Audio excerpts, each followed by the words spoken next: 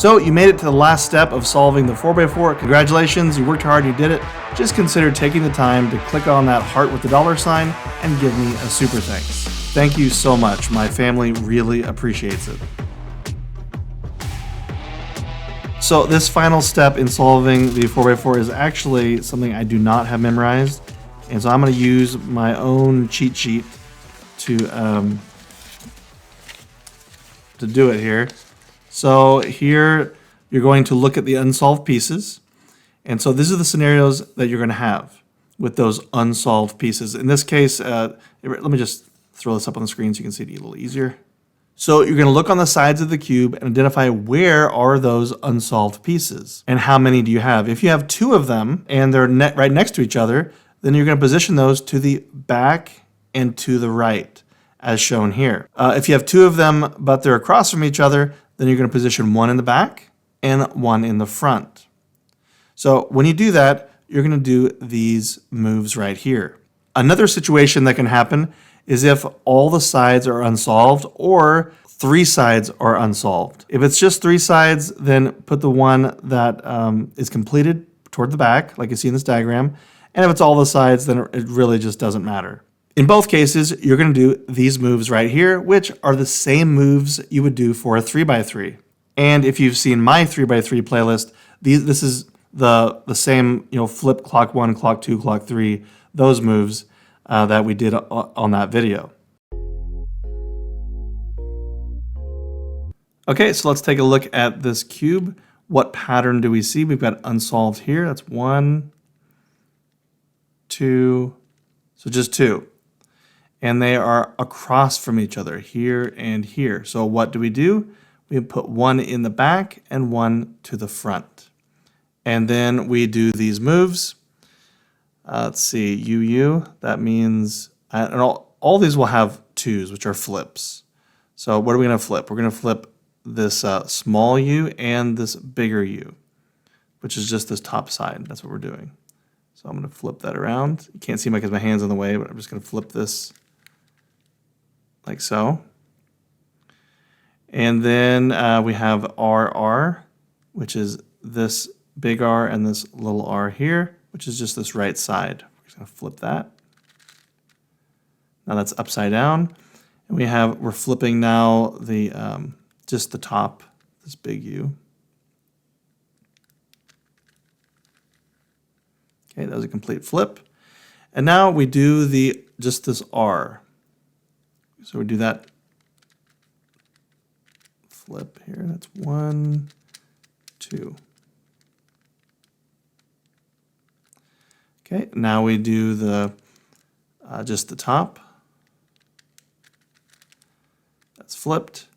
And now we're back to doing the right side, flipping that. And then we do the top half of the cube. We're flipping that.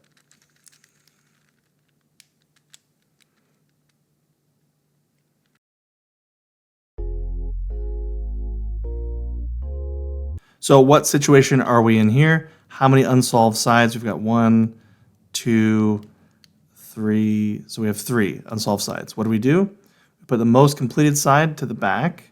And these 3 unsolved sides we put here, here, and here. And then we do the same moves you would use to solve the 3x3. So that's pretty easy. Let's go through those. We do right top for this. So we're going to do flip. Clock 1, clock 2, clock 3, counter 1, counter 2, counter 3, counter 4, counter 5, clock, counter. And of course, you guys probably don't need help on that since you're solving a 4x4. I'm assuming you know how to do a 3x3.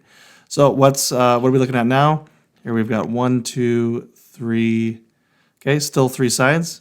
Let's move it to the back. Okay, so let's do it again.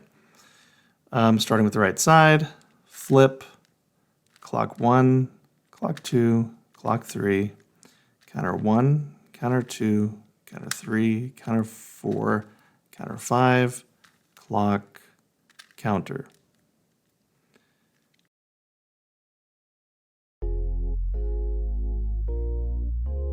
Okay, so let's look at the cube. What situation are we in? Let's count the unsolved sides. 1, 2, 3, and 4.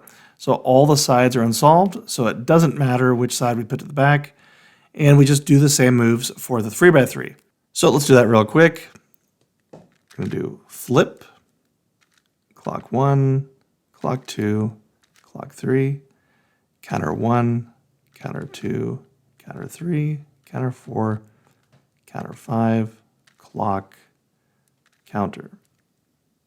Okay, this blue side is all the way solved. We're going to move it to the back. And let's see, these 3 are still unsolved, so they go in the front like they are right here. Once again, we do the flip. Clock 1, clock 2, clock 3, counter 1, counter 2, counter 3, counter 4, counter 5, clock, counter. And you know, the reason why I was going a little fast there is because if you made it to the 4x4, then you probably already know this move. So, but if not, just slow down the video a little bit. The 4x4 cube has plenty of moves that are hard to memorize. You should use my 4x4 cheat sheet. It includes helpful diagrams, tips, and reminders. Even comes with a wallet-sized version too. Check the links in the description and get your 4x4 cheat sheet today. Thank you to those who give this video a like, and thanks to my patrons.